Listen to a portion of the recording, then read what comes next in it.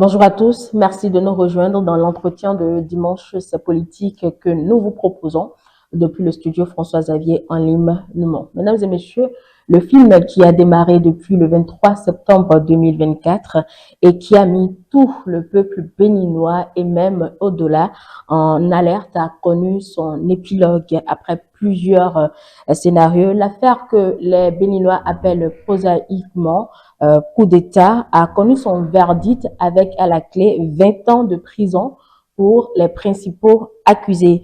Si beaucoup cogitent encore sur cette issue et restent dans le déni, préférant encore parler de montage malgré ce réquisitoire du ministère public dans lequel les faits ont été relatés et l'implication des principaux acteurs mis en exergue, d'autres félicitent déjà la justice pour son impartialité et pour avoir permis au Bénin d'éviter une situation confuse et surtout complexe.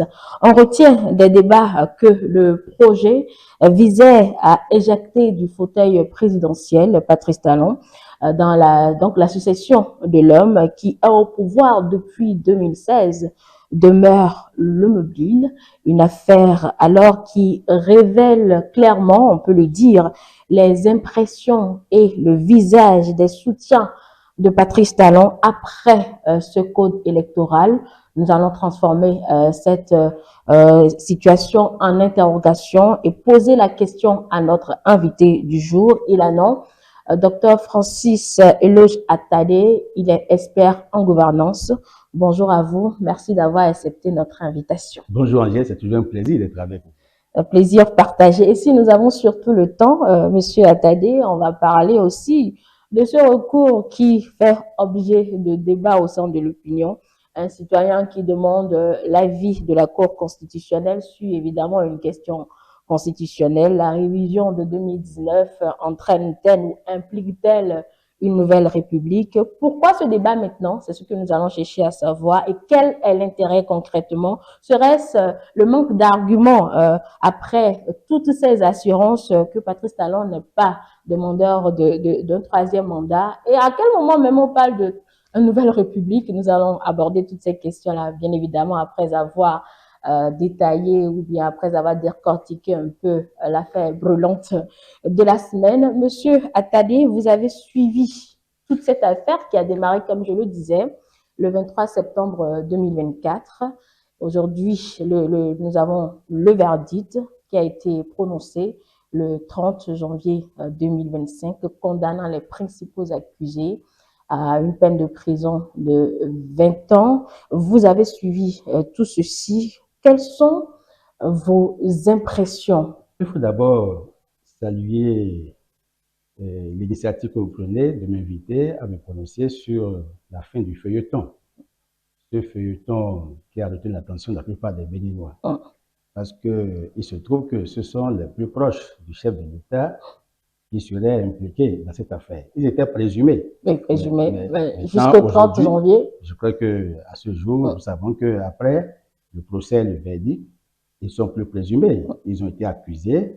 Et il y a des peines lourdes avec des amendes, des dommages et intérêts, parce que le préjudice porté à l'État béninois était si lourd, puisque le projet visait, je crois, la déstabilisation des institutions démocratiques. Et vous convenez avec moi que lorsque des initiatives du genre sont entreprises par des citoyens pour déconstruire l'État, déstabiliser l'État, porter atteinte à la sûreté de l'État, pour combattre des actes attentatoires à la paix, à la stabilité, il est normal que une institution qui a à charge de veiller à la transparence, parce que vous savez que la CRIET, c'est une institution qui est créée depuis 2018 et qui rend des décisions sur les faits liés aux infractions économiques, infractions du terrorisme, etc. Et puis les crimes économiques. Je crois que tout ce qui est crime, parce que c'est la répression des infractions économiques et du terrorisme.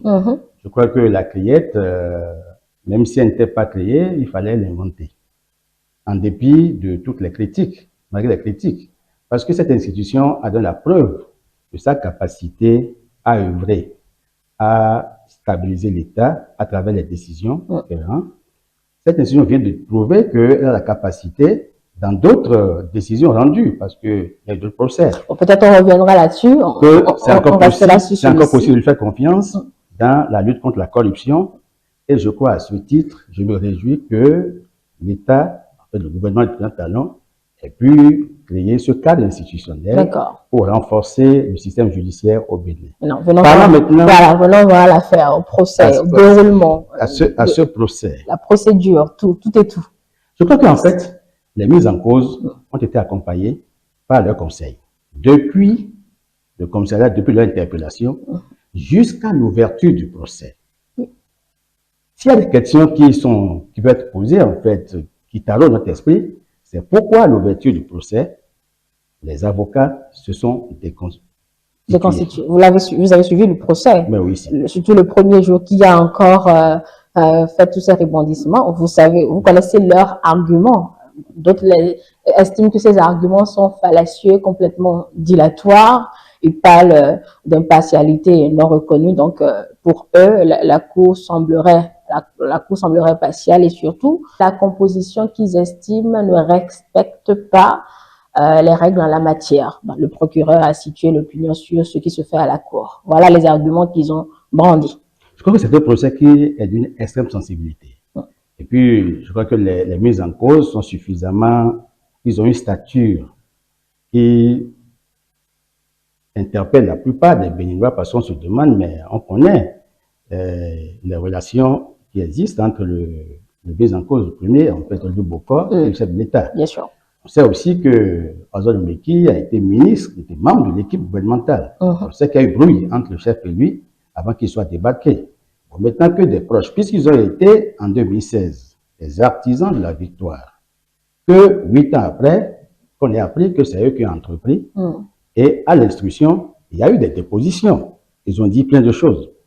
Des versions ont été servies. Heureusement, en fait, les avocats, vous savez que les avocats, en fait, c'est des conseils. Les avocats ne défendent pas des causes parce que ces causes sont forcément justes.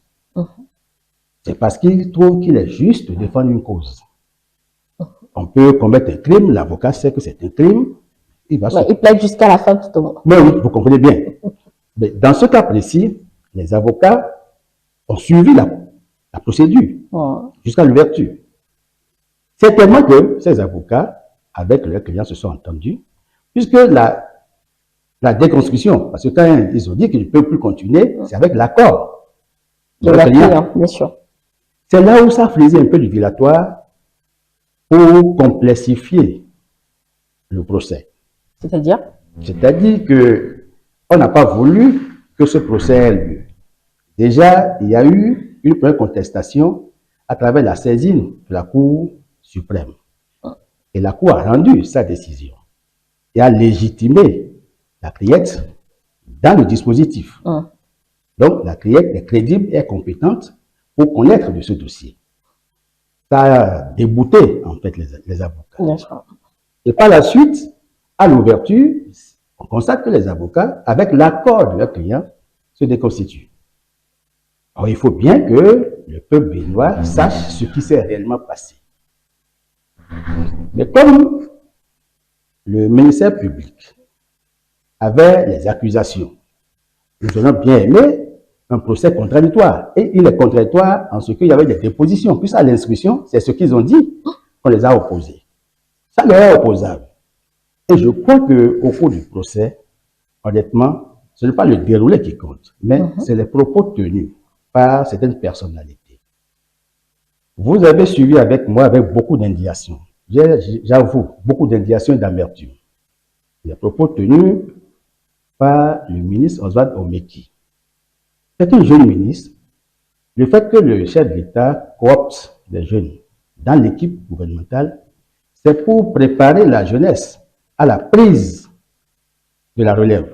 C'est pour permettre à la jeunesse d'avoir l'expérience. C'est pour faciliter la rotation du personnel politique. C'est pour faire de la jeunesse le fer de lance. Et quand j'apprends que le ministre a fait l'aveu, et je le veux bien, qu'il a utilisé frauduleusement une plaque d'immatriculation togolaise, vous comprenez que quand un ministre fait du faux, non seulement que ça ternit l'image du pays, mais ça discrédite toute l'équipe gouvernementale. Comment a-t-on pu prendre un tel citoyen comme ministre alors qu'il est capable de faire du faux? C'est extrêmement grave. Il a confessé. Comme il a fait l'aveu, je le veux bien. Bon, je crois que Dieu n'est pas la mort de pécheur. Mais il a reconnu. Plus grave, vous avez suivi la version qu'il a servie au sujet de 1,5 milliard.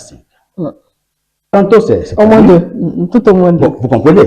Tout au moins deux. Mais alors, cette versatilité, même le caméléon ne change pas autant de couleurs. Mais le ministre a semblé changer même juste la couleur de son âme. J'ai été un peu choqué, gêné, chagriné. Parce que je ne me suis pas retrouvé dans cette affaire.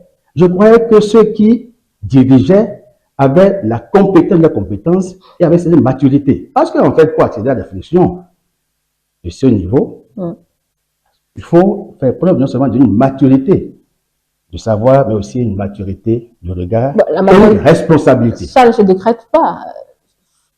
Je constate, malheureusement, à travers ce procès, et le chef d'État avisera. À partir de ce procès, il saura lire les compétences. Il y a peut-être d'autres institutions qui ont des avis institutionnels avant qu'on ne nomme certaines personnalités. Parce que ce n'est pas digne. J'ai été profondément gêné, choqué d'apprendre ça. Et je trouve que pour avoir commis des infractions de ce genre, c'est bien 20 ans, c'est bien les peines, les amendes et les dommages et intérêts sur le préjudice qu'ils ont subi à l'État, sont énormes. Mais je crois que la justice même a été clémente. On reviendra peut-être sur cette peine ou ce verdict, le nombre d'années donné aux principaux accusés. Mais vous vous offusquez de la manière dont, justement, ces personnalités ont fonctionné. Le Béninois lambda qui suit ce procès, qui voit au cœur d'une affaire aussi rocambolesque que certains le disent, 1,5 milliard et au-delà des 1,5 milliard, il y a 55 millions qui est là. Et il y a également une coupe de champagne de plus de 2 000 €. Donc, si mon calcul est bon, ça fait 1,3 million minimum. Donc, quand le Béninois lambda voit autant d'argent géré par des gens qui ont été aux affaires, est-ce que c'est pas outrant, vous, en tant qu'expert en gouvernance, M. Attadé? Je crois que mes convictions religieuses et puis spirituelles obligent à ce que je vous dise la vérité. Vous connaissez avec moi que quand vous courez après l'argent, vous courez après les milliards, vous avez finalement des milliards de problèmes. Parce que, en général, derrière les grosses fortunes, il y a des crimes parfaits. Vous n'êtes pas toujours dans des bonnes postures. Le Béninois lambda a été un peu gêné d'apprendre qu'il y a autant d'argent qu'on manipule dans des maisons. Le revenu, je crois, annuel du ministre Obeki, 70 millions, on nous apprend. Bon, 70 millions. Vous convenez avec moi? Le revenu annuel de Olivier Bokor, 4 milliards. Oui. Bon, soit. Lui, il est homme d'affaires. Donc, soit, du coup, on peut comprendre. On ne s'attaque pas trop sur, réellement sur pour le ministre qui a un salaire et qui a un revenu annuel de 70 millions et qui manipule plus du milliard à la maison. Je crois que si le ACPC, je crois que le Haut Commissariat à la prévention de la corruption peut investiguer davantage. Parce que ce cas renvoie à d'autres stratégies de contrôle, de transparence au niveau de nos administrations, pour voir comment est-ce que l'argent public est siphonné. Puisque avoir autant de milliards à la maison, c'est d'abord une infraction. Vous avez les versions qu'il a servi. Tantôt, c'est pour alimenter les antennes OB à travers le pays. Tantôt, c'est pour faire des affaires, investir dans l'agro-industrie dans la sous-région. Bon, si bien que les versions sont si changeantes qu'on se demande est-ce que c'est un homme mature qui parle.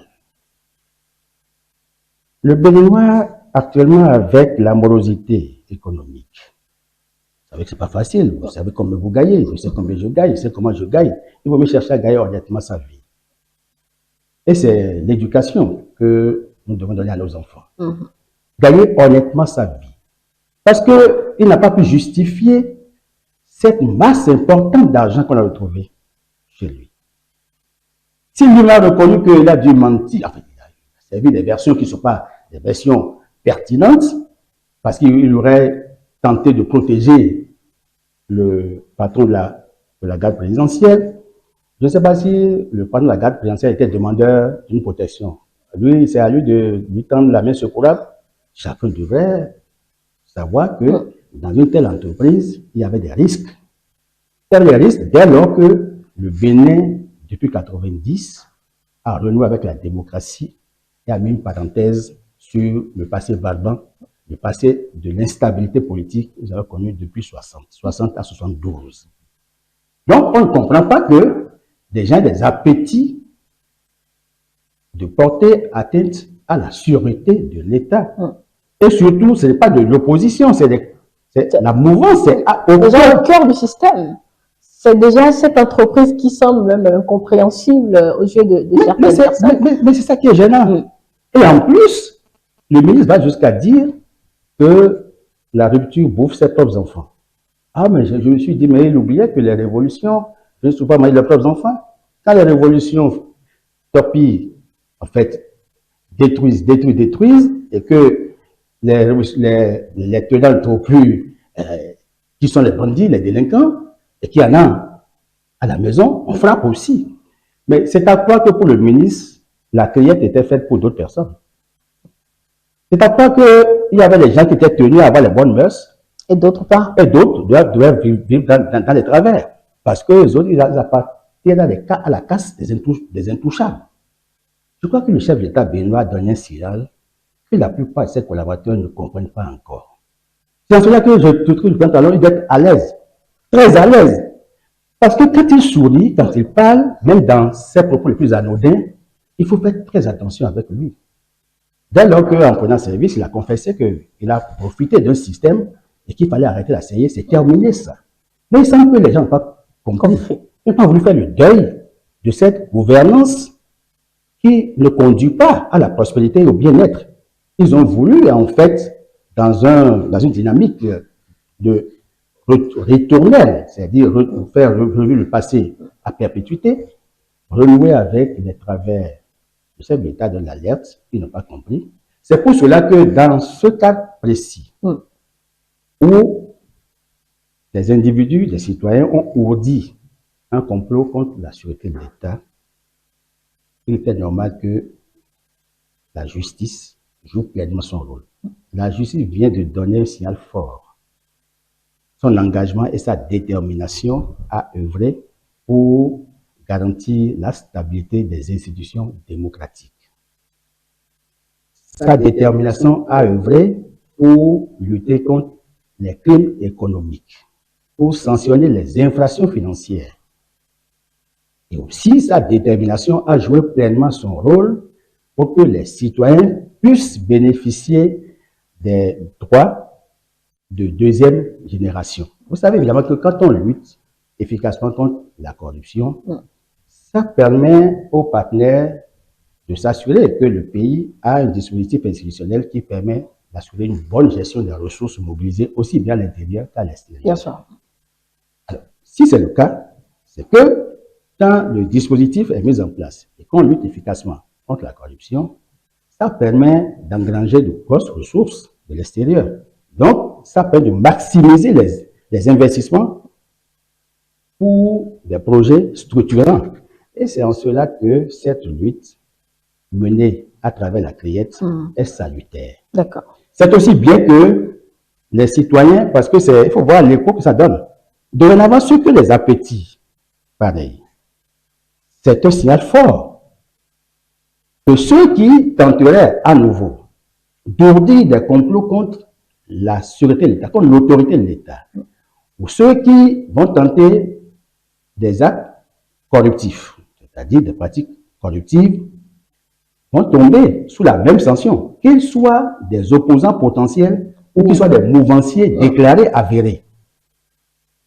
La loi n'est pas faite pour une certaine catégorie.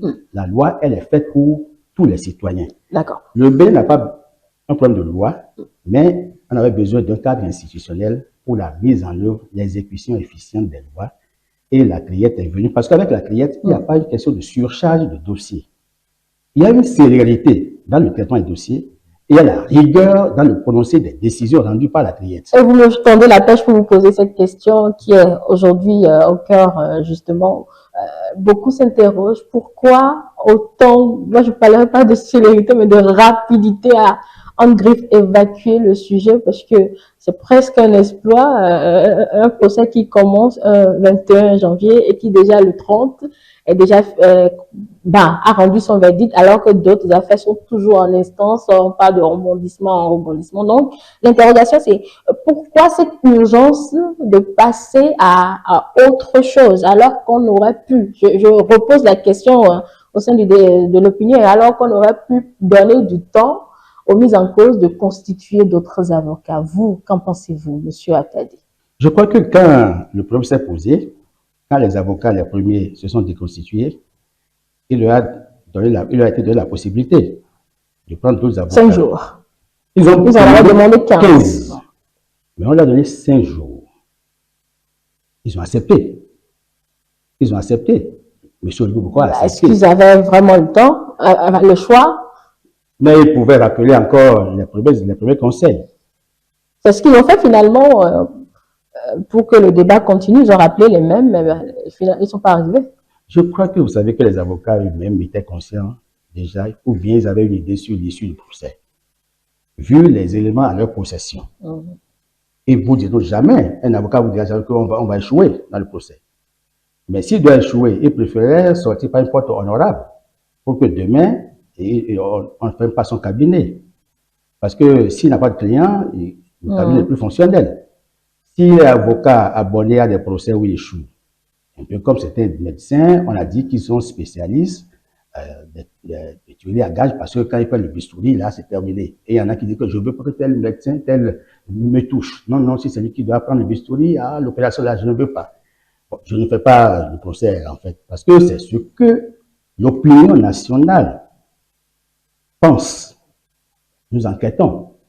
Ce que je dis, c'est pas ce que moi je pense personnellement. Il y a des convictions profondes, certes, mais il y a des éléments d'information que je reçois d'autres personnes qui me permettent de faire une analyse objective de la situation. Donc, en recoupant, je me suis dit que les avocats avaient des éléments à leur possession. Ils ont constaté que le dossier était sulfureux. Parce que les éléments, les arguments à leur possession n'étaient peut-être pas solides. Ils n'avaient pas des arguments béton. Ces arguments sont fragiles et peuvent être balayés du revers de la main. Si vous avez en lieu et place des arguments, des arguties, c'est des arguments fragiles, vous-même, vous savez que dans un procès, dans un contradictoire, mais vous serez déconstruit tout de suite. Parce qu'on va casser le côté rationnel de ce que vous présentez. Et ils ont peut-être opté pour une stratégie, la diversion. On attend le jour de l'ouverture et on va dire on se déconstitue avec votre accord et puis on verra comment ils vont faire. Et quand on constate que le procès a pu suivre son cours. Et vous avez parlé de rapidité. Non. Et vous avez donné l'impression que c'est une évacuation. Non, pas du tout. Pas du tout. Puisqu'il y avait l'instruction qui avait été bouclée. Donc, on savait déjà les informations, les dépositions faites par les mises en cause.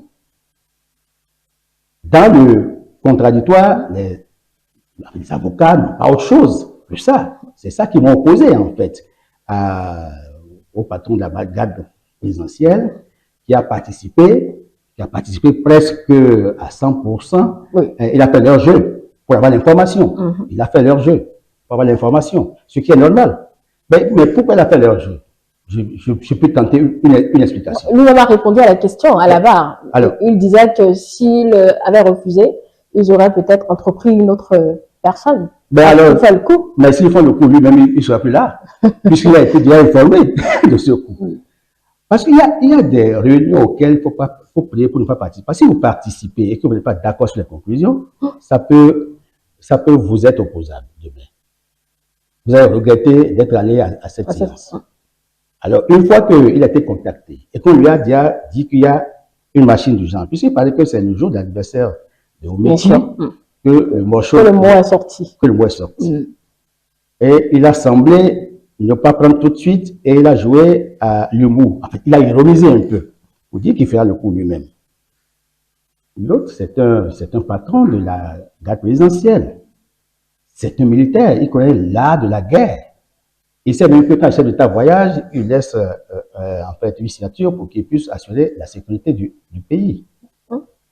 Donc, s'il voulait faire un coup d'État, il n'a pas besoin d'eux. C'est un loyal, je te dire. Il est loyal. Et il a sauvé la République. Je ne veux pas réfléchir à partir de si, je veux réfléchir à partir du factuel. Sinon, si on mettait si, c'est pas évident que le président de l'Assemblée soit encore là. Par exemple, bon, parce que quelqu'un devait dire président de la Cour constitutionnelle. Donc, ils avaient déjà partagé leur rôle. Ah, ils sont très ingénieux. Mais malheureusement, comme Dieu n'a pas voulu, qu'on le veuille ou non, il y a des mécanismes divins qui jouent dans tout ce que nous entreprenons. Comme Dieu n'a pas voulu qu'il y ait une déstabilisation de l'État et des institutions étatiques, le code rose a été découvert. Et les mises en cause ont approuvé ou à désapprouvé. Nous approuvons que, effectivement, il y a un truc comme ça, ou nous disons non. Mais vous comprenez bien que, comme c'est si grave, ils ne pouvaient pas dire qu'ils étaient, c'est pourquoi ils ont plaidé non coupables. Je les comprends. Mais quand on l'examine, on constate que vous-même, là, vous n'avez pas besoin d'aller dans les facultés de droit avant de comprendre dans un français facile tout ce qui a été dit. Là, quand un ministre dit que l'argent là, et puis il doit faire des versions aussi variantes les unes que les autres, aussi contradictoires les unes que les autres, aussi changeantes les unes que les autres. Hein? Moi, je ne sais pas si le caméléon change autant de couleurs. Bon, maintenant, et qu'il accepte lui-même dire, il est passé aux aveux. Il a dit qu'il a utilisé une plaque. Je ne sais pas si les Togolais ne vont pas encore le poursuivre quand il va sortir. Maintenant, c'est une parenthèse. Il faut féliciter la Criette pour avoir rendu, parce que les Béninois voulaient savoir tout de suite qu'est-ce qui s'est passé. C'est quoi la vérité de cette affaire? Parce que pour nombre de personnes, la Criette, c'est un outil aux mains de la puissance publique, aux mains du gouvernement, pour réprimer, étouffer tous ceux qui penseraient contraire, ou tous ceux qui tenteraient à faire autre chose que ce que le pouvoir talon veut. Bon, il se fait évidemment que parce qu'ils sont très proches, ils ont des rapports fusionnels. Je vous ai dit ça sur un de vos plateaux. Mais j'ai compris, et le chef d'État Bénin va comprendre que ce n'est pas tous ceux qui sont proches de lui. Non, tous ceux qui sont en fait avec lui, qui sont de son côté. Ce n'est pas tous ceux qui sont à vos côtés, qui sont de votre côté. Donc, c'est à le savoir. Autour d'un chef d'État gravitent souvent des gens qui sont parfois cordialement distants les uns des autres, mais corporellement proches. Et c'est difficile parce que vous n'avez pas le sincéromètre. En guillemets, ce mot-là, je le sors. Il n'a pas un appareil pour tester la sincérité. Il n'y a que des actes. Il y a plein baromètres. Mais il faut savoir lire les actes. Lire les actes et derrière les actes. Parce que même quand vous faites une phrase, on doit être capable de lire la phrase, ce que cette phrase cache. Derrière la phrase, ce que vous croyez cacher, il y a des spécialistes qui savent lire ça. Et même dans votre gestuelle, vos regards, on peut lire. Même le silence parle. Donc, le chef de l'État, je crois que lui, un homme très averti, avait senti venir certainement un truc du genre. C'est pourquoi son voyage la francophonie a été... Il a renvoyé deux jours avant. C'est ça qui a désorganisé en fait. Le président Talon, c'est un stratège. Il sait gérer l'information. D'autres présidents à sa place se seraient lancés dans une démarche un peu brouillonne et n'auraient pas pu atteindre le résultat. Lui, il a eu une démarche plus élégante, plus efficiente, et il a remis le dossier à la justice. La justice a investigué. Pour des cas du genre, il n'y a que la Criette pour nous permettre d'atteindre des résultats dans les meilleurs délais. Parce que plus le dossier dure, plus c'est pendant, plus ça peut alimenter et procéder à engendrer des clivages. Or, il faut éviter en fait des discours clivants puisque nous allons vers des échéances électorales en 2026 et il faut bien que nous puissions travailler à la paix et à la stabilité. Justement, le mobile semble 2026, puisque quand on regarde les faits présentés lors de ce procès également dans le réquisitoire du ministère public, c'est éjecter Patrice Talon du fauteuil présidentiel. La mise en scène, ceux qui vont occuper les postes, vous connaissez, mais l'objectif, c'est éjecter Patrice Talon du fauteuil présidentiel pour qu'une autre personne puisse prendre ce fauteuil. Quand vous analysez tout ce fait, que vous arrivez au chapitre politique, Monsieur Attadé, quelle conclusion vous tirez? Serait-ce la difficile application du code électoral aujourd'hui qui envoie peut-être à ces stratégies peu orthodoxes, ou c'est peut-être une autre envie démesurée d'y accéder un peu plus vite au fauteuil présidentiel? En posant votre question, vous avez apporté une première solution. Envie démesurée, oui, déjà. Mais il y a aussi deux autres lectures qu'il faut faire. Il y a que le chef de l'État béninois, depuis 2016, a engagé courageusement des réformes qui sont en train de produire des résultats, en dépit de quelques critiques que les gens formulent au plan social. Puisque sur le social, le concept n'est pas encore assez clarifié. Les gens ont des hôpitaux, mais ils ne savent pas que c'est du social. Les gens ont des écoles, ils ne savent pas que c'est du social. Les gens ont les infrastructures routières, ils ne savent pas que c'est du social. Les gens ont la monnaie digitalisée pour les... Ils ne savent pas que c'est du social. C'est tout ce qui peut aider l'ensemble de la communauté à accéder à un bien-être, c'est le social. Mais pour le nombre de personnes qui sont restées encore dans les pratiques anciennes, le social, c'est la distribution de l'argent. C'est ce que chacun met dans sa poche. Mais cet argent, est-ce qu'il est sain, est-ce qu'il est transparent, ou est-ce que la source de l'argent, personne ne le sait. Quand vous avez un cousin, un oncle qui quitte le service, qui quitte le port ou bien d'autres institutions, que les portuaires me pardonnent, et qu'il vient et puis il vous appelle, Angèle, comment vous allez, et puis bon, vous allez, il vous laisse un papier, une enveloppe, vous allez, c'est 500 000, c'est 1 million. Ah, tonton, rien que nous. C'est ça, non? C'est ce qu'on dit, non? On est content. Mais comment est-ce que tonton a pu avoir cet argent? On ne sait pas. Et vous allez dépenser pour satisfaire vos besoins. Bon, d'accord. Mais vous aurez fait du tort à d'autres citoyens qui auraient pu profiter de ces fonds si ces fonds étaient investis dans des projets structurants. C'est ce qui fait que quand on parle du social, il est difficile aujourd'hui, à l'étape actuelle, de convaincre la plupart des Béninois. Il n'y a que les gens d'un certain niveau donné qui comprennent. La plupart de ceux qui viennent de l'extérieur, nos frères de la diaspora, quand ils viennent, mais le discours qu'ils tiennent, bon Dieu. Bien sûr. Mais vous dites que non, mais comment? Ils viennent du ciel, mais quand même il y a des choses que les gens critiquent ici, ils disent non, parce qu'ils ont vu le Bénin avant de voyager. Oui. Le dernier en date que moi j'ai entendu, c'est peut-être vous pouvez être fier. C'est le dernier en date que j'ai entendu. Mais oui, vous pouvez continuer. Mais 8 ans après, on constate qu'il y a eu une grosse métamorphose. Moi, ce que je me demande, c'est, le président Talon, même s'il partait en 2026, il faut qu'il soit dans un dispositif pour qu'on puisse exploiter l'expérience, parce que on se demande quel est son secret de réussite pour qu'il ait pu réaliser en si peu de temps autant de choses. C'est la vitesse de réalisation qui compte. Ce n'est pas que les autres présidents ne peuvent travailler. Il faut rendre à chaque régime ses mérites. Mais en un laps de temps, quand vous circulez dans le Bénin, vous vous demandez, mais l'argent était où? Où est-ce qu'ils trouvent l'argent? Et vous voyez quelques-uns qui vous disent que non, on s'endette pour nous faire des infrastructures et nous applaudissons.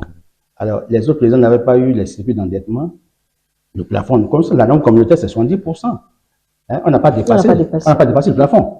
Nous sommes autour de 52%. Donc, on a encore l'espace pour nous endetter, pour construire le Bénin.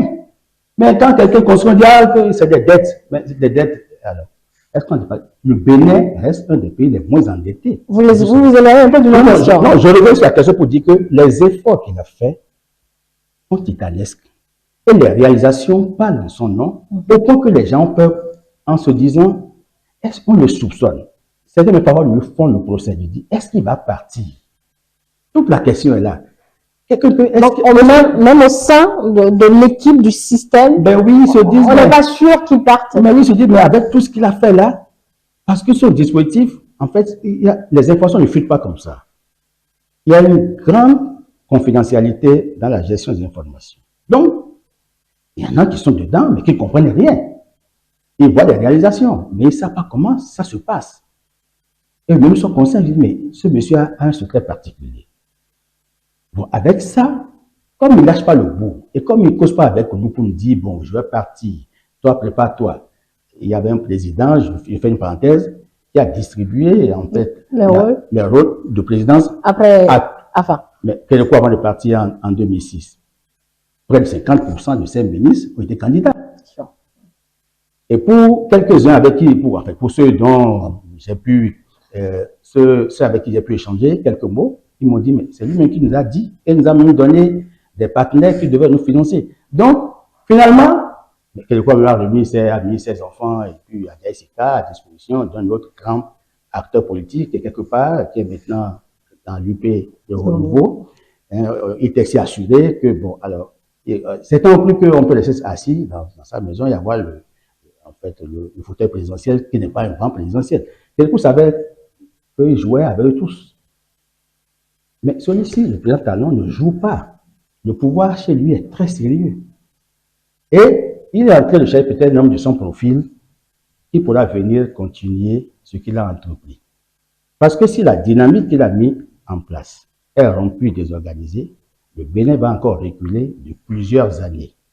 Donc, il a le souci de mettre le Bénin sur les rails et d'assurer la continuité, en fait, avec des compétences.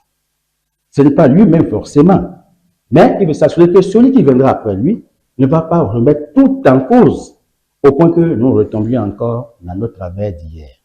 Et à ce titre, il faut le saluer. C'est pourquoi le débat de la succession ne s'est pas encore ouvert au sein des partis qui l'accompagnent. Puisque eux-mêmes, à leur niveau, n'ont peut-être pas encore le leadership suffisant pour prétendre assurer le dauphinat. Puisque celui que vous remplacez, vous voyez déjà son étoffe. Est-ce que vous avez sa carrure? Là, mais là-bas, un peu haut. C'est très haut aujourd'hui. Même si quelqu'un venait au pouvoir, 3 mois, 6 mois après, s'il est incapable, c'est le peuple même qui va se mettre dans la rue pour le chasser, pour dire que tu es incompétent.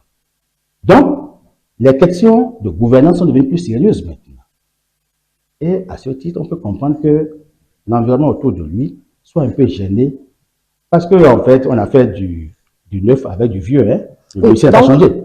C'est les anciens politiques qui avaient servi avec Boni Yayi, qui la plupart sont encore autour du président Talon. Donc, il n'y a pas eu trop de neuf autour de lui. Par conséquent, on peut comprendre que les gens n'aient pas pu changer le logiciel. En fait, il n'y a pas eu une reprogrammation neurolinguistique. Jusqu'à vouloir remettre l'ordre constitutionnel établi en cause. Mais oui, parce qu'ils veulent écouter le mandat et mettre en place un dispositif qui leur permettra d'assurer la continuité à leur façon. C'est ça. Or, je crois que le président Talon, il est peut-être protégé par Dieu et d'autres entités que je ne maîtrise pas. Sinon, quand un proche comme OB, je ne sais pas. Bon, quand vous dites OB, ça prête à confusion. Olivier Bokor. Voilà, là c'est clairement dit. Olivier Bokor, avec les rapports fusionnels qu'il a avec le chef de l'État, vous les voyez dans le même vol, sur le même vol. Vous les voyez dans les missions, vous les voyez dans des réunions. Au niveau des partis politiques, Olivier Bokor pilote pratiquement toutes les stratégies en lieu et place du président Talon. Donc, c'est son confident. Et Olivier Bokor, je crois, c'est lui qui avait les manèges. La plupart des hauts gradés de l'armée, des maires, des DG, on vous dit que c'est grâce à Olivier Bokor. Je doute même que, au niveau de la criette, qu'il n'ait pas placé des gens. Bon, si c'est le cas, ça veut dire qu'il a gagné une confiance assez élevée auprès du chef de l'État, au point qu'il a les coups de franche pour faire des propositions. Parce que s'il échoue, le chef d'État sait que si lui il échoue, c'est lui qui a échoué, et vice-versa. Donc, fusionnel, rapport fusionnel. Dans ce cas, quelqu'un comme ça, quand il entreprend un projet de déstabilisation, c'est grave pour vous. On a vu dans d'autres pays. Ou des amis, vous savez, Blaise Compaoré et Sankara, ils mangeaient ensemble. Le Bokor et le président Talon aussi mangent ensemble. Bon, je dis qu'en fait, l'homme est doté d'une capacité extraordinaire de dissimulation. On ne peut pas lire ce qu'il y a dans la tête de quelqu'un. Il y a quelques personnes qui lisent par défaut dans votre conscience. C'est ce que la double vue. Bon, tout le monde n'a pas la double vue. Tout le monde n'est pas voyant. Maintenant, mais si vous n'êtes pas voyant et que vous avez des collaborateurs qui sont avec vous, qui vous veulent du mal, il n'y a que Dieu pour vous aider. Ce qui s'est passé est triste et grave. Et les soutiens les plus forts de OB, j'ai suivi leurs déclarations sur les forums. J'ai suivi. Maintenant, ils sont déboussolés, désemparés. Ils se demandent qu'est-ce qu'ils vont faire maintenant parce qu'ils ont suivi les versions qui ont été servies. Ils ne savaient pas que leur leader était capable d'eux. Or, la capacité de nuisance des acteurs politiques est connue. Il ne faut jamais sous-estimer en politique la capacité de nuisance des acteurs. En politique, c'est un monde animal. C'est un monde conflictuel. C'est un champ de bataille. Parce que les gens veulent toujours conquérir le pouvoir. Chacun estime que lui est le plus apte à gérer le pouvoir. Voilà. C'est pourquoi au Bénin, depuis 63, le premier coup d'État, c'est la politique de ôte-toi pour que je m'y mette. Dégage et je m'y mets. Alors, on a eu même des présidents de quelques mois. C'était 18 jours, mais il a fait 3 mois. Bon, donc, vous comprenez. On a eu des présidents, bon, Zissou, il est venu en 68, en 69, on a descendu. C'est 1 an. Or, Zissou, c'est un homme de rigueur, comme Talon. Pour Zissou, il faut payer les taxes parce que l'État veut les taxes pour investir. Dans Talon, il faut payer les taxes. Il y a de la rigueur. Le Béninois n'aime pas la rigueur. Et c'est ça qui fait qu'il y a des mécontentements qui germent à cet endroit. Et au niveau de sa famille politique, il y a beaucoup de prétendants. Mais le code électoral et le système partisan qui est en place œuvrent pour que ce soit les partis qui dégagent les candidats. Dans ce cas-là, beaucoup d'acteurs autour du chef d'État ne se retrouvent pas dans ce schéma. Le code est donc devenu gênant. Et certains sont prêts à pactiser avec le diable pour casser ce code électoral. Quand même, au sein de ce système, les enfants se chamaillent sur l'issue, l'opposition, finalement, elle a raison de dire tout ce que vous entendez là, puisqu'on leur offre l'occasion ou l'opportunité de dire tout ce qu'ils disent là actuellement, M. Attadé. Non, écoutez, la pertinence des dispositions du code, je l'ai défendue. Je connais mieux ce code que d'autres acteurs politiques. Et certains m'ont fait le reproche de me dire que je suis allé au palais chercher les TDR pour leur dire ça. Non. C'est ce que je pensais de la classe politique que le président Talon est en train de faire. Puisqu'en 2014, j'ai été rapporteur de la plateforme des forces démocratiques pour les élections crédibles et transparentes au Bénin.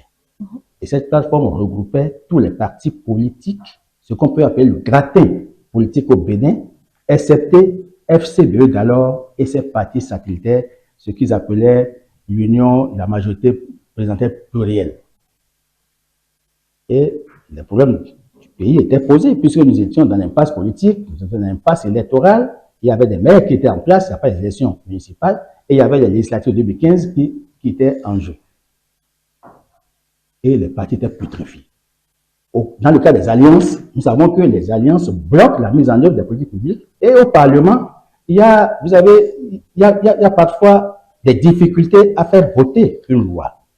Le Parlement était à géométrie variable. La transhumance, c'était à ciel ouvert. Quoi de bon que de décider d'aller vers la formation de grands ensembles politiques? Quoi de bon que de dire que pour que quelqu'un dirige le Bénin, il faut qu'il ait un leadership?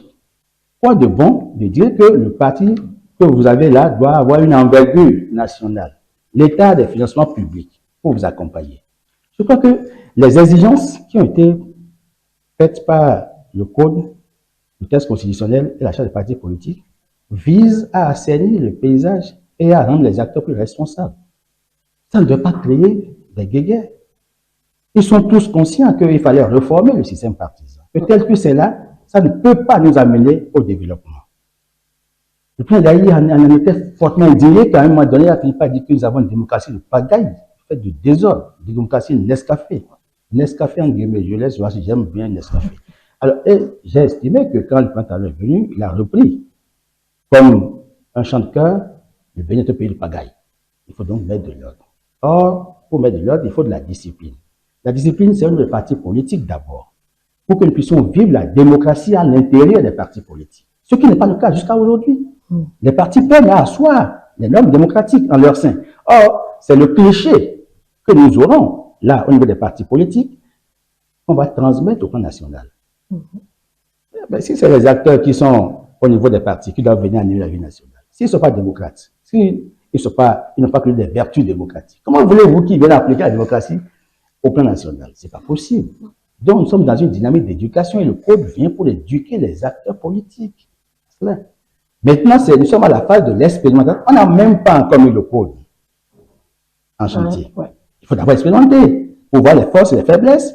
Et s'il y a des ajustements techniques à faire, il faut les faire dans un cadre consensuel. Donc, on n'a pas comme ce code a été voté pour qu'on ait à une majorité donnée. À moins qu'on ne veuille pas faire le jeu démocratique.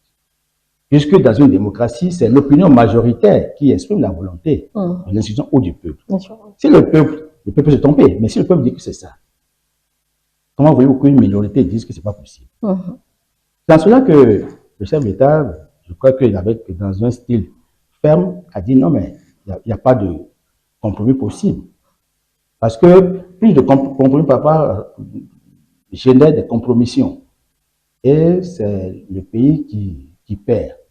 Si nous voulons mettre le cap sur, je crois, 2035, avec un Bénin modernisé, il y a quand même une discipline que nous devons nous imposer chacun. Pour ceux qui étaient convaincus, puisque jusque-là, au sein de la mouvance, il y a des courants, Olivier Bocor, pour ceux qui étaient convaincus que cet homme d'affaires était le meilleur profil pour 2026, qu'est-ce qui empêchait ce dernier à intégrer un parti politique si, normalement, les candidatures devaient venir de partis politiques?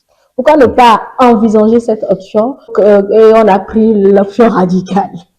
C'est peut-être une question sans intérêt, mais je la pose quand même. Non, vous avez dit dans le cadre de votre introduction liminaire que ceux qui ont tenté de porter atteinte à la sûreté de l'autorité de l'État avaient déjà partagé pratiquement les rôles. Donc, il y a des gens qui sont des ministres potentiels.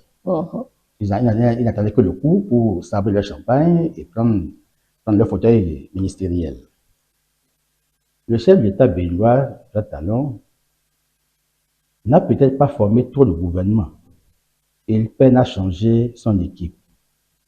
Il a peut-être un mode de fonctionnement qui relève du système des dirigeants des sociétés privées qui veulent des résultats.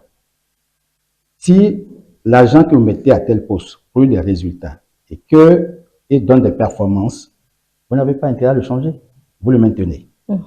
Mais en le maintenant, vous prenez des risques aussi. C'est ça. Parce qu'il y a des gens qui attendent, qui sont là, qui estiment que non, il faut quand même qu'ils aient la chance de venir de la preuve de leur capacité à gérer autrement. Bon, c'est peut-être ça qu'on peut lui reprocher. Et autour de lui, ceux qui étaient habitués à leur système, où Yaïboni l'a nommé, je crois qu'il fut un temps où on avait 32 ministres dans ce pays. Donc, il en nommait. Si bien qu'il a fait tellement de ministres dans les contrées les plus lointaines, bon, c'est pas ce que ça donne. Il a le mérite peut-être de faire le tour du Bénin en matière de nomination. Je dis peut-être. Oui. Mais là n'est pas le sujet. Mais est-ce que ça a engendré le développement à des niveaux élevés tels que nous le constatons aujourd'hui? C'est ça la question. C'est pas le fait de nommer les ministres qui compte. Est-ce que vous avez mis l'accent sur des performances, des compétences? Je crois que le chef d'État, il a choisi. Et maintenant qu'il a compris qu'on lui fait le reproche de ne pas utiliser le personnel politique assez, il a créé les ministres conseillers. Je crois que c'est pour corriger ce qui est corrigé. N'oubliez pas ma question. Oui, je vais lever sur Donc, je crois qu'en fait, les gens veulent des postes. Et ils estiment que les lois électorales et le système qui est en place ne facilitent pas leur ascension. Parce qu'il y en a qui sont députés, ils ne veulent pas rester députés tout le temps. Ils veulent venir au niveau de l'exécutif. Parce qu'ils estiment que là-bas, ils auront des voyages faciles, ils ont d'autres facilités, ils vont gérer des projets, des budgets, comme ça. Et c'est pourquoi, bon, un coup d'État, si ça venait, ça pourrait les arranger. C'est en cela que le code, tel que c'est là, le code, ça encadre tout, il y a trop d'exigences dans le code. Mais vous comprenez avec moi que la discipline, ça gêne tout le monde. Même au collège, quand on vous lit le règlement intérieur, vous êtes parfois embêté. Donc, il n'y a pas d'organisation sans loi, sans règlement.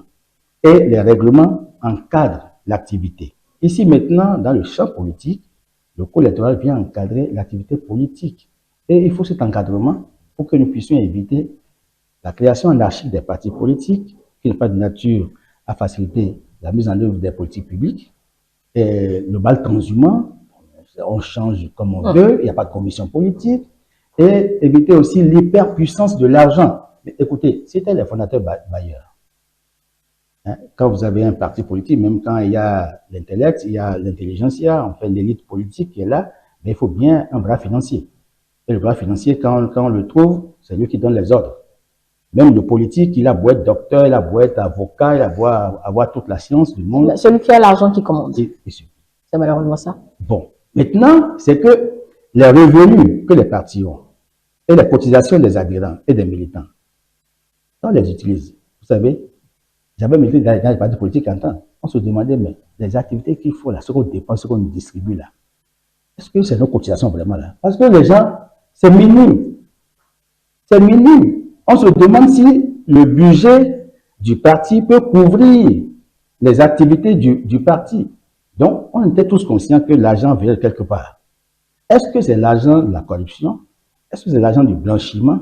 On ne sait pas. Parce que ça venait, mais ça aidait. Là, je n'ai pas encore réponse à la question. Oui. Je suis là, je suis votre développement. Mais... Oui. Non, c'est pour montrer que le code électoral, en fait, qui dérange, c'est un bon code. Le code, dans ses exigences, veut corriger nos travers. Et c'est ça, en fait, qui dérange aussi bien les acteurs de l'opposition que quelques-uns qui donnent l'impression d'être dans la mouvance. Et c'est ceux qui sont dans la mouvance, qui sont en train de torpiller, en fait, qui ont fini par audire ce complot-là. Vous avez bien compris. Mais même si le ministre honoraire Ranomeki dit que lui n'a rien contre le code et que le code est très bon, le code ne peut qu'être bon que dans ces conditions, parce que là où il est là, il n'a plus la possibilité de dire autre chose que ça. Parce qu'il veut une main secourable pour le tenir. Il a même été malade. Je crois que le médecin lui a dit de dormir autrement dans le lit. Non, je crois que, enfin, il faut plus que ça. Le code électoral ne dérange pas en tant que tel. Il y a une pédagogie qui doit accompagner la démarche. Les acteurs politiques, autant qu'ils sont conscients que le code électoral là, est bien. Mais ils ont peur qu'à la compétition, ils ne puissent pas s'en sortir pour qu'on ait un impasse, pour que quelqu'un reste encore au pouvoir.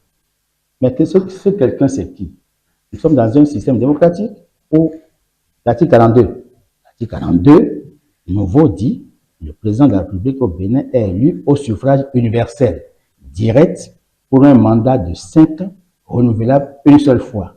Et en 2019, le chef d'État béninois, l'actuel, a entrepris une réforme qui a permis d'avoir la loi 2019-40 du 7 novembre 2019 portant révision de la loi 90-32 du 11 décembre 90 portant constitution. Et l'article 42 nouveau dit, dans son second alinéa, en aucun cas, nul ne peut exercer de sa vie plus de 2 mandats de président de la République. Donc, je crois que les acteurs politiques, parce que quand vous les suivez, ils disent qu'avec ce code-là, le parti ne va pas partir. En fait, ce code-là, c'est fait pour que le président talent ne parte pas. C'est ça qui est dans l'entendement de la plupart des acteurs politiques avec qui j'échange. Il dit, mais non, il y a quand même des lois, il y a la Constitution, il y a certes le code qui ne dit pas que le président ne part pas, mais il y a aussi le chef d'État qui est passé plusieurs fois. Dire à la face de l'opinion nationale et internationale qu'il n'est pas comme le Bénin, n'est pas comme les autres pays. C'est vrai que ailleurs, les gens trouvent des prétextes quand ils tendent vers la fin de leur second mandat pour ramener le compteur à zéro, pour tourner le mandat présidentiel ad vitam aeternam, et que ce n'est pas le cas au Bénin. Je crois que malgré ces propos d'assurance, les gens continuent encore de s'interroger. C'est pourquoi ils ont entrepris cette déstabilisation de l'État. C'est aussi pour ça que l'opposition continue d'alimenter la guerre. Maintenant que l'opposition a compris que au niveau du code, il y a encore des partenaires qui ne sont pas pour et qui sont tapis dans le camp de la mouvance présidentielle, l'opposition se trouve bon droit de dire que ah non, c'était pas à elle seule. Il y avait bien d'autres personnes qui estimaient que, mais quand vous faites le recoupement, vous constatez que, mais pourquoi ils ne veulent pas du code? Ils disent que non, c'est parce que si on fait ça, là, le Prince Talon va partir. Le Prince Talon lui a dit qu'il va rester au pouvoir. On ne sait pas. Et pourquoi c'est un procès d'intention. Oui. Peut-être qu'on reviendra là-dessus, sur le second sujet, mais là, pour boucler celui dont nous parlons, avec ce verdict qui met complètement à l'ombre, pendant 20 ans au moins, c'est mis en cause Olivier Bokos, Valdomeki et M. Roch-Nyeri. Quelles conséquences éventuelles au sein de la mouvance, est-ce que vous en voyez déjà même, surtout quand ça chemine vers les échéances majeures de 2026? À travers ce procès et son verdict, il y a deux portées. La portée dissuasive et la portée correctionnelle. Portée dissuasive, désormais, chacun sait que, attention, il ne faut plus aller là.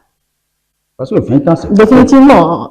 Définitivement. Oui, si, parce que vous savez que c'est 20 ans si on vous prend. Vous savez que vous avez payé des amendes, puisque vous avez entrepris une activité qui est attentatoire à la paix, attentatoire aux institutions démocratiques. Et par conséquent, il y a des peines lourdes de prison, mais aussi des amendes colossales. Vous avez trouvé ça où? Quelqu'un qui a 70 millions de revenus annuels. Il paraît que quand on fait les calculs là sur le global, ça revient chacun, les trois là, 25 milliards au moins. Il ne sait pas où est-ce qu'il va trouver ça. Il va croupir en prison. Bon, il a la chance d'avoir fait 7 ans au moins, donc 70 fois 7. Oh, bon, c'est encore loin de... C'est encore loin de sous. Non, ce que je constate est qu'il y a une portée dissuasive.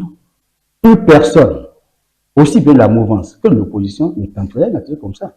La Criette vient de donner une leçon. En fait, il y a un avertissement, il y a un écho, il y a en fait un signal. Et ce signal est fort. Notre État démocratique reste un modèle et nous devons préserver la stabilité des institutions. Tous ceux qui tenteraient des actes attentatoires à l'ordre démocratique, mais ne pas si. Donc, il y a une jurisprudence. Je veux bien saluer un jeune auteur, un écrivain juriste qui a écrit La Criette en 5 ans. Quel apport pour l'état de droit au Bénin, et il a lancé le 29 à la chaire UNESCO des droits de la personne et de la démocratie. J'y étais. Et ça, on peut d'avoir la rétrospective des activités de la Criette sur les 5 premières années. Par exemple, la portée dissuasive, c'est que dorénavant, chacun sait qu'il y a des lignes rouges.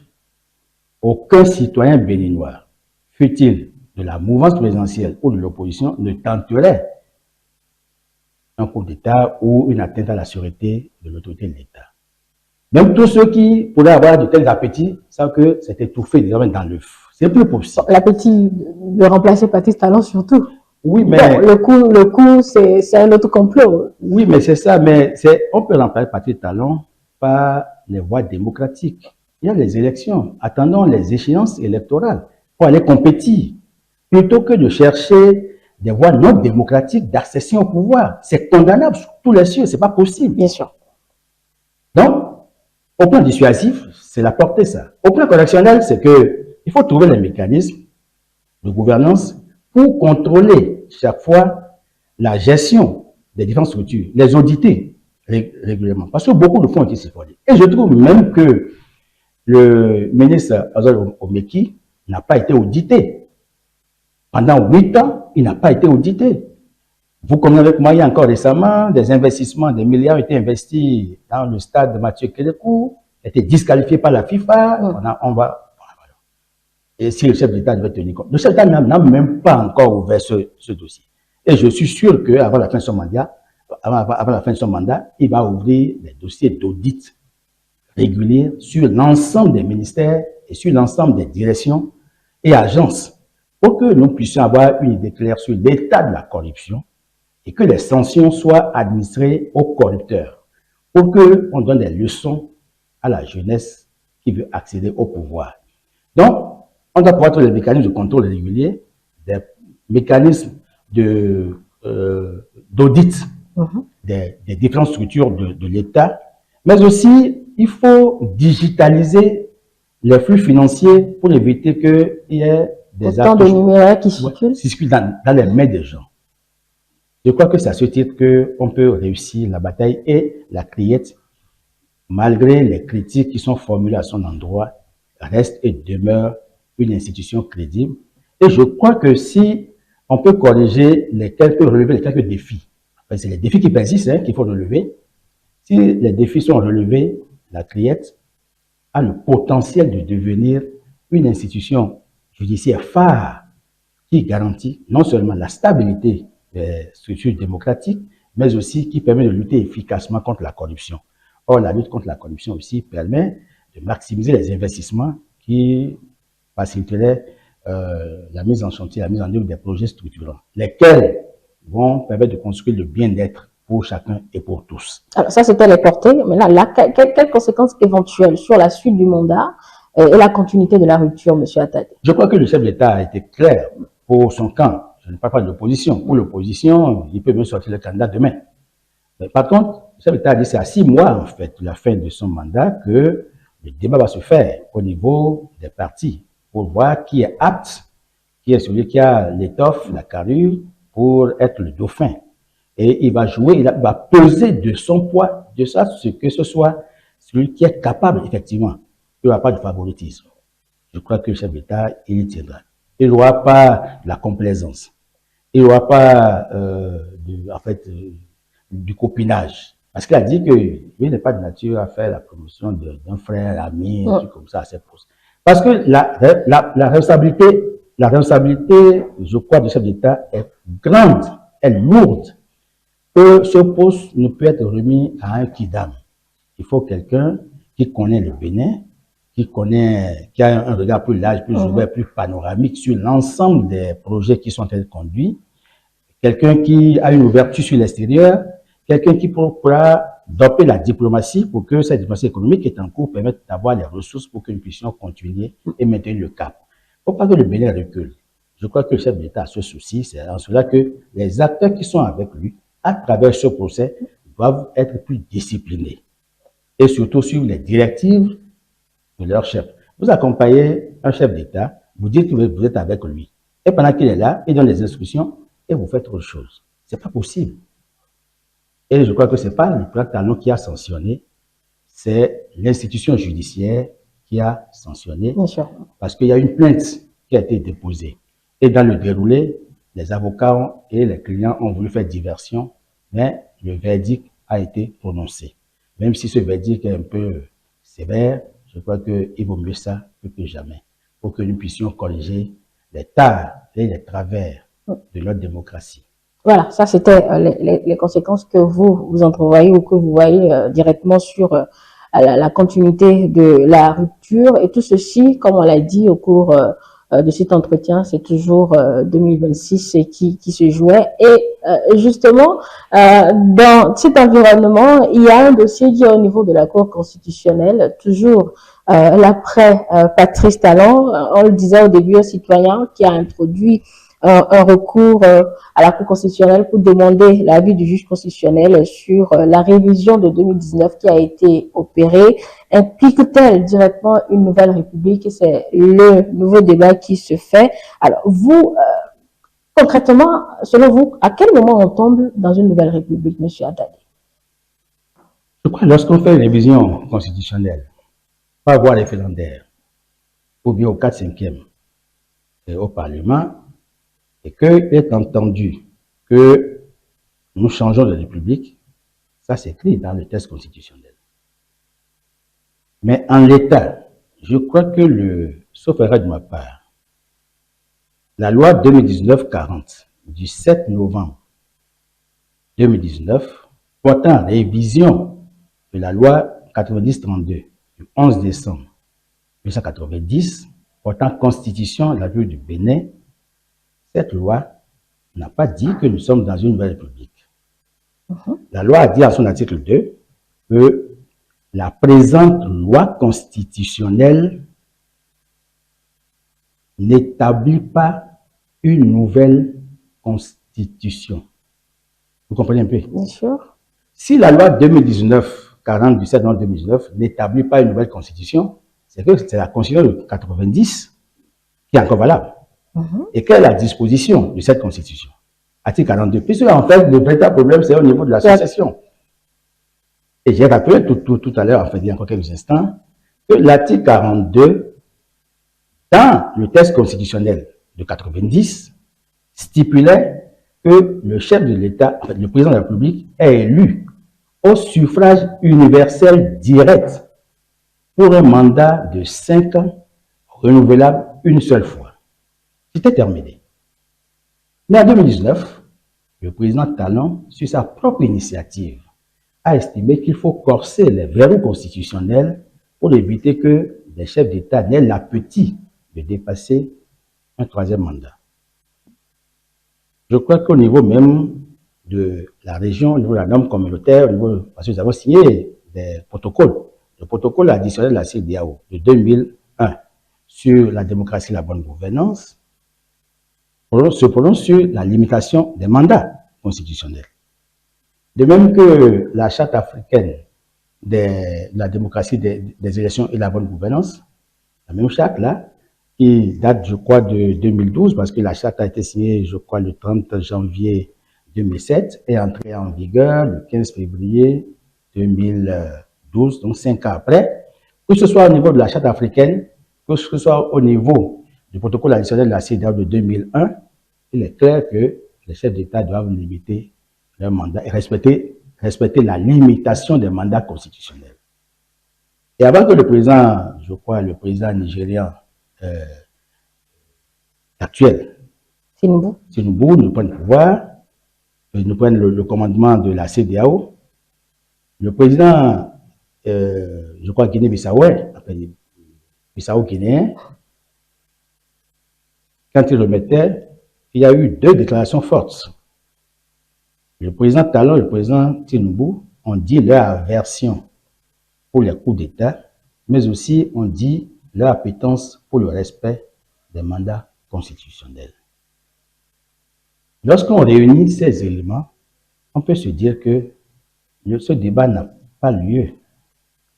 Mais le texte constitutionnel, c'est pourquoi il y a les juristes, les experts, parlent à travers ces lignes et parfois à travers ces silences. C'est là, à ce niveau, que parfois il y a des problèmes, d'où les débats sur le texte constitutionnel qui naissent avec les juristes à la fin des mandats de certains chefs d'État, comme ce fut le cas avec Abdoulaye Wade au Sénégal, avec le président sénégalais qui est parti Macky Sall, et même avec le président ivoirien Alassane Ouattara, parce qu'en fait, c'est l'interprétation du texte constitutionnel qui ouvre parfois des portes et le citoyen qui demande n'a pas tort. Oui, parce qu'il y a de nouveaux éléments justement que beaucoup brandissent.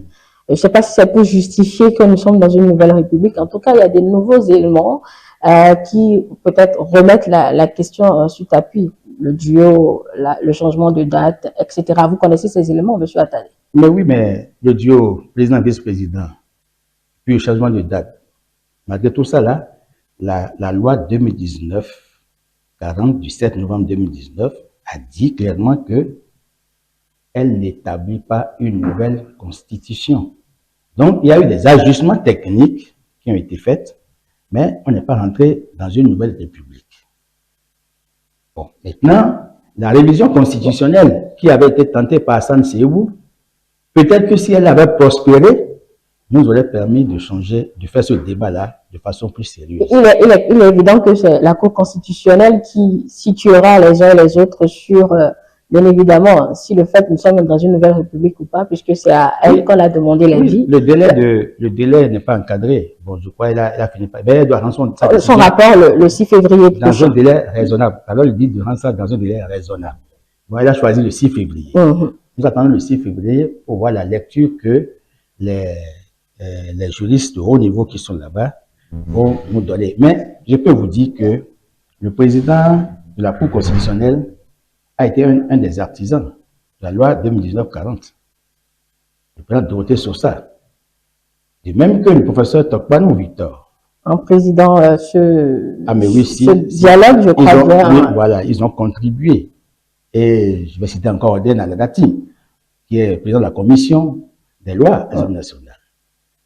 Ils savent dans quel esprit on a procédé à cette révision constitutionnelle. Donc, ceux qui ont travaillé à cette loi constitutionnelle sont encore là. Ils pourront nous apporter la lumière sur ce que nous ne savons pas ou nous conforter, renforcer nos points de vue sur ce que nous savons désormais. Donc, je peux dire que d'ici au 6 février, puisque quand le point de saisine, mais tout citoyen peut saisir la Cour constitutionnelle sur des actes ou des faits présumés inconstitutionnels ou bien pour que la Cour se prononce clairement sur l'interprétation de tel ou tel article. Si à votre lecture, à vous, nous sommes très loin d'une nouvelle république, bien évidemment, seuls les sages de la Cour constitutionnelle diront ce qui en est, mais si à votre lecture, à vous, pourquoi le sujet passe par tous les moyens pour revenir sur tapis, puisque là, en question, ce n'est que le 3e mandat ou pas, en tout cas attribué à Patrice Talon, alors que l'intéressé dit qu'il n'en est pas demandeur. Pourquoi le sujet passe par tous les moyens pour revenir sur tapis et surtout pourquoi maintenant? C'est la preuve qu'il y a des citoyens qui saluent le travail qui a été fait par le président Talon et qui ne veulent pas que le président Talon parte. C'est pourquoi ils saisissent tous les instruments juridiques, les instances qui sont habilitées à se prononcer sur les possibilités que le président Talon soit maintenu pour continuer son œuvre. C'est ça qui justifie, en fait, la saisine de la Cour constitutionnelle dans ce contexte précis. C'est le ministre honoraire, Christian Laindé, qui a saisi la Cour constitutionnelle. Il est dans son droit de saisir la Cour. Bien sûr. Il l'a fait. La Cour a le devoir, dans les délais qui sont raisonnables, de rendre une décision concernant cette matière pour situer chacun. C'est quoi la Cour a promis, d'ici au 6 février, de rendre une décision concernant cette préoccupation du citoyen du sieur Christian Laindé. Mais la lecture qu'il faut faire, c'est que de façon répétitive, la question du 3e mandat déguisé au mandat potentiel. Second, premier mandat ou premier, second mandat. Bon, donc ça brûle quelque peu. Ça vient. Non, il faut comprendre. Et c'est normal en fait. Parce qu'il y a des citoyens qui n'ont jamais cru que c'était possible de réaliser autant de prouesses, en fait, des réalisations infrastructurelles. Il y en a qui n'ont jamais cru que leur pays pouvait être autant mieux gouverné avec une discipline, avec la rigueur. Mais c'est le seul président qui a réussi à maintenir la classe politique stable. Aujourd'hui, les pachydèmes dinosauriens, ceux qui sont les grands politiciens avant là, intouchables, ah mais quand ils ont des fiefs, quand ceux-là parlent et que le président me dit, ah si c'est ça, ben, tu verras. Et ils sont capables de soulever leurs fiefs. Aujourd'hui, il n'y a plus ça. Il a réussi à maintenir ces dinosaures, en fait, ces pachydèmes dinosauriens, on les appelle en politique, chacun dans son camp, avec une discipline. Peut-être qu'il les consulte. Peut-être qu'il les consulte. Et je crois bien qu'il les consulte. Si c'est le cas, c'est qu'on a vu que le Bénin a changé de cap. Et il y a des gens qui souhaitent que le président Talon reste pour continuer, en dépit des verrous constitutionnels. C'est ce qui fait qu'il revient chaque fois, ce débat revient sur le 3e mandat. Il y a certes d'autres qui estiment qu'il faut permettre une certaine rotation. Il faut respecter le texte constitutionnel et accoucher l'alternance. Puis dans les démocraties occidentales, pas africaines, celles que nous avions importées sous conditionnalité, c'est que ce sont les élections organisées à bonne date et l'alternance qui sont les mamelles nourricières de cette démocratie. Donc, les peuples attendent que les chefs d'État respectent les mandats constitutionnels et au terme de leur mandat, qu'ils travaillent à mettre en place soit leur équipe ou bien qu'ils fassent le jeu transparent pour que d'autres personnes accèdent aux commandes de l'appareil d'État. Peut-être que l'œuvre de Patrice Talon, elle est belle, qu'on voudrait que ça continue sans s'arrêter, mais ce sujet revient à chaque fin de mandat, donc c'est pas propre à la fin de mandat actuel, M. Attadé. Oui, mais sous Kélékou, c'était pareil. Justement. Au point où même certains grands acteurs lui ont dit, mais, il faut réviser le texte constitutionnel. Donc c'est le livre qu'on ne tue jamais en réalité. Mais bon, on coupe une quinte et l'autre repousse, elle revient sous toutes les formes possibles, ce Kéchu, elle vit sans pouvoir mourir, elle a éternelle. Je vais pas trahir des confidences d'un grand groupe dans lequel j'avais travaillé, dans ce cadre-là. Quand on parlait de Président Kélékou qui a dit que lui n'est pas un mouton pour que on lui dise de faire une révision constitutionnelle pour se maintenir au pouvoir, alors qu'il a constaté que à ses côtés, ceux qui proposaient ça là, on l'ont torpillé. Il s'est susurré dans la masse à un moment donné que le président Yahi Boni voulait un troisième mandat et qu'il voulait faire une révision constitutionnelle. Il a démenti. Mais dans certains milieux, puisque j'ai été membre de plusieurs délégations pour aller voir les chancelleries en 2014, l'ambassadrice de la France qui était là nous a dit, j'étais pas seul. Il y avait Séraphin Bangbata, il y avait bien d'autres personnes. Avec moi, nous étions une délégation de 5 ou 6 pour aller rencontrer l'ambassadrice de France. Elle nous a dit, mais le président Hollande a dit, il y a pas 2 ou 3 fois dans les tribunaux à Boni-Yahi que c'est pas possible qu'il fasse un troisième mandat. Ça veut dire qu'il y avait potentiellement une demande de troisième mandat qu'on a étouffé. Ça veut dire que si la France validait ce troisième mandat, le président Boni-Yahi aurait fait ce troisième mandat. Quand on est allé voir les Américains, dans la délégation, j'y étais parce qu'on avait rapporté la plateforme, ils m'ont mis dans les délégations. Et c'était à faute de bois, mais c'est tout, qui avait dirigé la délégation. Nous étions allés vers les Américains, à l'ambassade d'Amérique. La séance a duré 1 heure, un peu comme chez les Français, 1 heure. Mais là-bas, ils sont pragmatiques. Eux, ils nous ont dit, bon, voilà le contexte, la situation. Quel est le dispositif que nous avons pour éviter l'escalade de la violence? Je ne vais pas vous dire la suite. Mais vous étiez bien sur le chemin. Mais vous constatez vous constatez qu'en fait, il est souvent difficile aux chefs d'État en fin de mandat de quitter, non pas eux-mêmes, c'est ceux qui les entourent, en fait, qui ont peur que le père ne lâche les enfants. On parle de la suite. Voilà, on a peur de la suite. Un saut dans l'inconnu. Qui va venir? Et l'héritage qu'on a, est-ce qu'on ne va pas gaspiller ça? Est-ce qu'on ne va pas le dilapider? Est-ce qu'on ne va pas vendre? Est-ce qu'on ne va pas brader ça? Comment faire pour sécuriser cet héritage et le pérenniser, le fructifier? C'est tout ce qui fait le débat au niveau de la révision constitutionnelle ou des troisième mandats potentiels qui créent des crises inutiles que nous gérons depuis Kélékou. Parce que sous Soglo, il n'y avait pas eu ça. Soglo, lui, il a perdu les élections. Bon, il a crié à la conspiration internationale, mais il a fini par se retraiter. Il a compris que la diplomatie internationale était autre chose que ce qui se passait chez lui. Il y avait plus fort que lui, il s'est tué. Mais, par la suite, on a vu les autres présidents qui sont venus, notamment ceux qui font 2 mandats, là, Kélékou a fait 2 mandats. Il a dit qu'il est venu pour tester la Constitution. Puisque vous l'avez voué aux gémonies en 90. Vous l'avez fait échouer en 91, mars 91.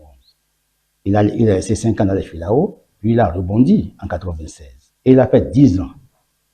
Et pendant qu'il voulait partir en 2006, mais les gens estimaient que non, mais le vieux est trop bon, papa bonheur, il ne faut pas qu'il parte. S'il part, on sera orphelin.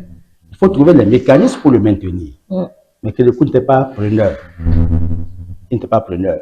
Il a fini par Kélékou, même quand vous lui faites des propositions, il se tait. Quand vous brûlez les doigts, il se retraite, il ne vous a jamais demandé quelque chose.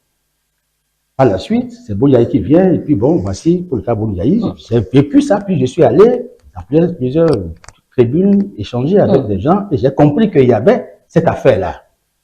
Mais c'est que c'était mal groupillé, c'était pas possible. Et vous avez vu que quand il y a eu la guéguerre entre le président Boni-Yahi et le président Talon, le président Talon a dit qu'on avait demandé de faciliter un troisième mandat.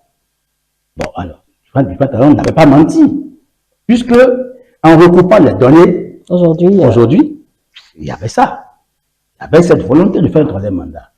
Donc, voilà autant d'éléments qui rend presque comme un non-lieu ce débat qui se mène. Est-ce que, bon, enfin, c'est une question, hein, je ne l'assume pas. Ne serait-ce pas une polémique inutile? Vous savez que dans le dispositif institutionnel au Bénin, la Cour constitutionnelle joue un rôle important. C'est la soupape de sécurité. C'est les juges et les sages. Et quand ils vont rendre leur décision, ben, c'est sans recours. Donc, il vaut mieux, comme les sages ont été saisis déjà de cette question, il faut laisser les sages se prononcer sur la question. Et puis, on avisera. De toute façon, on peut commenter, mais on ne peut pas. Allez au-delà. L'article 34 de la Constitution nous oblige chacun à respecter les textes. Bien sûr. Donc, c'est les sages, et je crois que c'est à eux de sauver la République. Alors, monsieur Antadé, nous sommes en train de finir comme ça ces échanges sur ce principal sujet d'actualité, le verdict dans l'affaire complot contre la sûreté de l'État. Nous l'avons vraiment brossé en large pour finir sur ce recours au niveau de la Cour constitutionnelle sur une nouvelle république ou pas. Je vous laisse quelques minutes pour conclure. Je veux dire en fait que je me réjouis de l'institution qu'est la CRIET et je veux saluer évidemment le travail que les juges font à ce niveau. C'est vrai que les Bénins n'ont pas encore compris et la CRIET gagnerait surtout à renforcer sa communication parce qu'il y a les actes, en fait les crimes sur lesquels sont prononcées les décisions rendues. La CRIET ne présente pas tout ça. Si ce n'est pas l'ouvrage publié par le jeune juriste, je n'ai parlé, M. Gracien Makoko, c'est un jeune juriste, c'est pas l'ouvrage là, je n'ai pas fait le récapitulatif en fait. Or, il faut bien que nous puissions faire la rétrospection sur tout ce que la CRIET a fait depuis sa création en 2018, la loi 2018-13. Donc, je crois que c'est une institution qu'il faut améliorer. Il faut l'améliorer.